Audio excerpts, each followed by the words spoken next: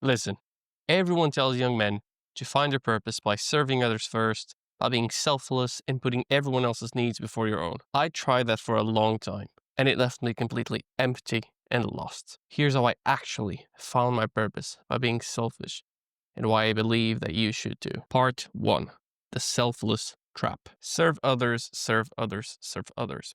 There is value to this, but I think it's widely overstated nowadays. We are in an era of cute sort of self-improvement where it is overstated to constantly be helping others and you eventually forget about yourself and your own needs. And when you do prioritize these needs, these selfish needs, you are shamed upon. People will criticize you in all of this. And I would like to flip this mentality. I want you to imagine for a second, just for the example's sake, that we are a cup of water. If you are a cup of water and you have no water, you cannot help other cups of water, right? You need to have water first. However the case may be, you just need water. And you really get water by being selfish, by prioritizing your own need to get the water. So that means that in this specific scenario, which, attributes to actual real life, to be selfless, to give water to other people, to other cups, you need to be selfish first. And this is not stated, or certainly not as much as it should be. I suffered with this for a long time. I'm not just pulling this out of, chat GPT or whatever people do these days. I try to please a lot of people. I try to pour water out of my own cup, but I never bothered to fill my own. And what I realized was that I was not getting anywhere, even in the external circumstances of achievement or whatever that, would give you respect from other people. But most importantly, I was not getting anywhere in terms of how I felt deep inside. And it's not a good place to be. All these things that you do to please others and to sort of betray yourself, really, can be very trivial, very small, day-to-day decisions that you decide to act upon. And one of these decisions that I did was, for example, when there was sort of, any conflict or not even conflict, but debate in my friend group. Sometimes I would sort of agree, not heavily. I wouldn't like glaze them or whatever. I wouldn't say like, "Oh, that's a fantastic one. I never heard that before." But I wouldn't speak. I wouldn't speak my word of truth. I wouldn't say, "You know what? I disagree with that." I wouldn't really have those moments, and really was because I was afraid of their opinions. I was afraid that one person would think I'm wrong or all of them. And I was afraid of how, that would make me look. Did not want to feel wrong. And I should have, spoken up. I should have, instead of being, selfless or whatever, make other people feel good that I agree with them. I should have disagreed. Now, it doesn't mean I should have been rude or anything like that, but I should have stood up and I should have said that I did not agree with that.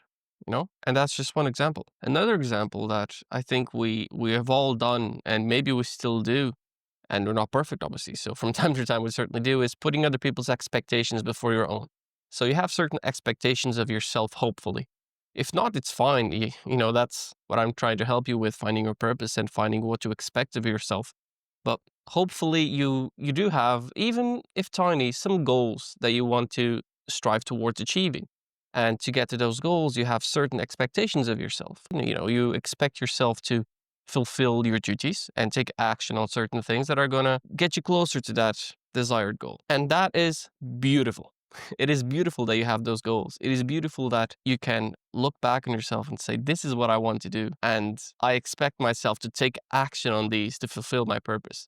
But oftentimes, this is not what we do. Oftentimes, other people most certainly have expectations of ourselves. And these expectations vary wildly. You can have a friend that, for example, never went to college, a dear friend, and he expects you to, just get a manual labor job or become a plumber or something like that. And you have another friend who's an academic who's like, oh no, definitely you should go to college. And these are three people with three different opinions about yourself. And you can barely handle your own opinion of yourself. You can barely handle that and trying to figure out what that one is. And you're expected to deal not with three, not just this, but then social media and all these things. And everyone has expectations of you. Or the most importantly, you feel like everyone has these expectations of you. And you can't deal with all this. You can't.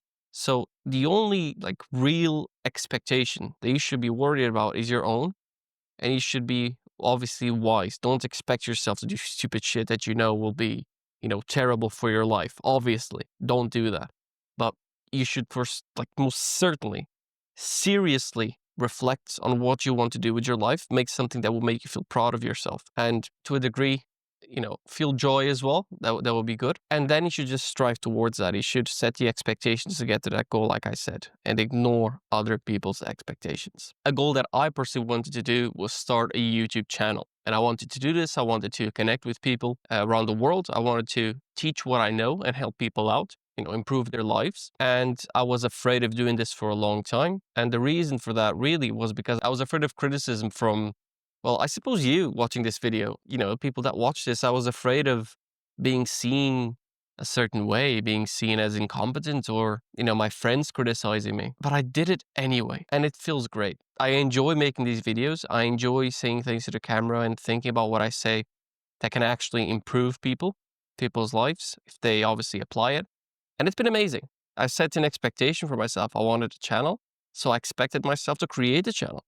It was hard. I felt very anxious, extremely anxious. I didn't know what to say, but I did it. And now I'm way more comfortable on camera than before. It's like it's miles away. Part 2, the breaking point. Not everyone gets to this point. Only people that really want something, that really have a goal that they want and know they are sabotaging themselves, get to this point. If you cope, if you convince yourself that you are super satisfied with the life that you're currently living, and you're not, you won't get to this point. You need self-awareness to get to this point. The breaking point is when you just say enough. You just know deep down you have been sabotaging yourself, you have not been following your dreams or your dream, and you just decide, I've had enough. And you then take a step towards achieving that dream, towards getting closer to that desired goal, to your purpose. For me, this was in my 3rd year of college. I was doing classes and I was struggling, to be honest, since the very beginning. I didn't really enjoy it. I never really enjoyed classes in school or college, and I was struggling. I knew I had to do something that I enjoyed, and it was this channel. Like I said, I created this channel. I was very anxious, but the pain of not creating the channel was greater than the pain of creating it. The pain of knowing that once again, I just didn't take the shot. I just didn't grab the camera and started recording. That pain of being a failure, not to anyone else, but to myself, was greater than any comment that anyone could say online about me. My why, my purpose was bigger than any pain anyone could ever cause me. And that's why I created the channel. That's why I emphasize that you find your purpose, because it's absolutely the most important thing. So again, this is when you're selfish. This is when you have a breaking point of enough. I'm tired of living what other people want me to live like. I'm tired of going after their dreams and not my own. And you just decide, now it's my turn. It's my life. It's my turn to actually live my life as my life, not someone else's. And this is a beautiful, scary, but beautiful, just self-revealing step. And it completely changes your identity, how you see yourself. And yeah, again, you have to be self-aware. You have to know what you want. You have to know that you're not living like you want to live. And my God, don't cope. Don't cope. Even if it feels good, it doesn't feel good. It's like junk food. You think it feels good, but it doesn't. Even if it feels good to cope, just don't do it. Just focus on the truth, the absolute truth. Be honest with yourself. What do you want? And you will achieve this breaking point. Part 3. What selfish actually means. So what the hell does it mean to be selfish? It's like, this word has such a bad connotation to it, right?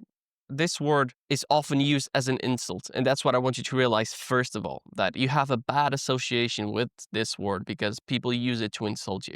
When people are mad at you for choosing something over what they want, they will throw this at you. They will throw you this word of, oh, you're selfish. And when they do that, you learn, it's behaviorism. You learn that this word means pain because they are trying to inflict pain upon you by throwing this word at you. So every time you hear this word, you associate it with pain.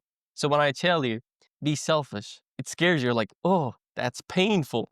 And to a degree it is, but you need to understand that really you're just associating this word because it's an insult. That's the first thing of all.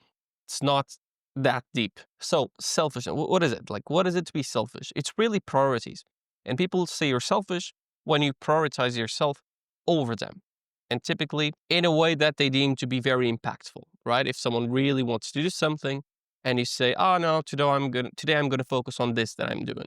Oh, you're selfish. If they suggest something that they don't mind that much and you say the same thing, they'll be like, oh, okay, that's fine. Right? So it's their emotions, right? So realize this. And there's an actual little thing that I want you to think about. Say that you are being selfish by putting your priorities above other people's.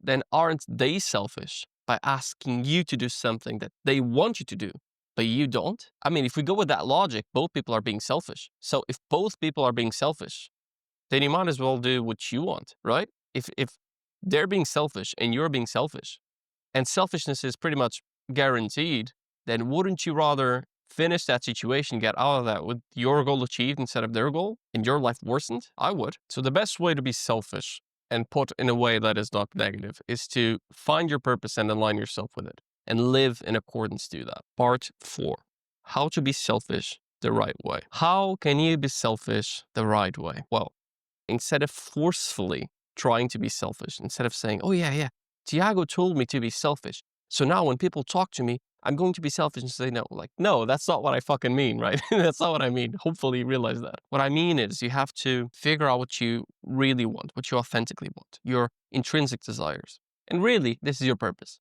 This is what it is, right?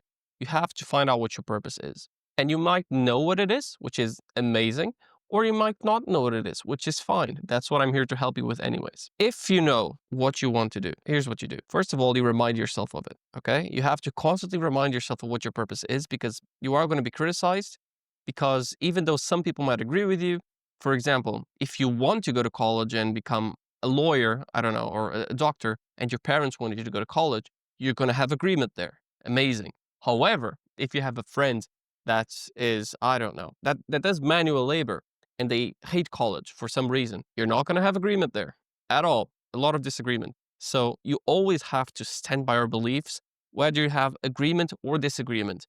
Don't get softened with agreement because you're going to be vulnerable to disagreement, okay?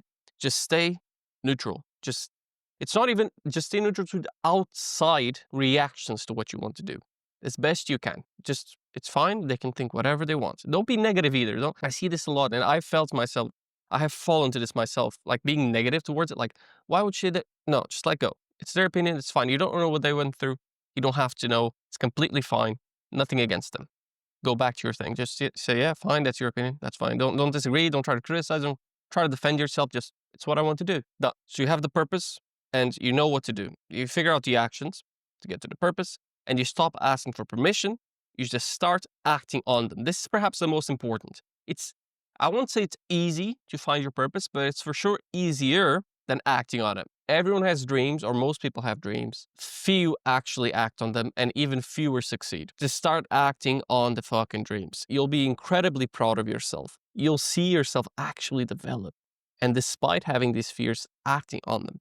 If you want to be a lawyer, or let's say you want to be a doctor, but you're bad with studying. Do you know how fulfilling? Like, yeah, it's going to be hard, but you know how fulfilling it's going to be when you study for hours on end with full focus. Because you're here, right? You're low with the studying. But if you actually develop yourself and put in the work, how fulfilling is it going to be to just jump through the roof from a 20 to a 95? How good would that feel? Better than from a 70 to a 95, right?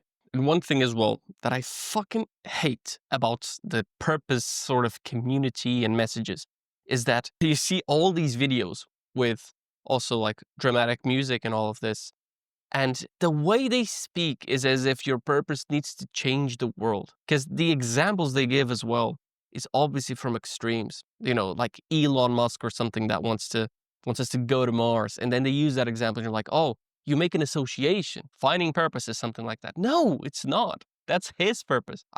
Weirdly enough, it is because he found his thing. But your purpose is not his purpose. And I know this is obvious, but common sense is not common practice. It's a quote that I've heard once and I live by that. So your mission could literally be, like I said, become the best lawyer of your town. It could be become a cop, a policeman, become a wonderful teacher of physics. I don't know. It could be anything.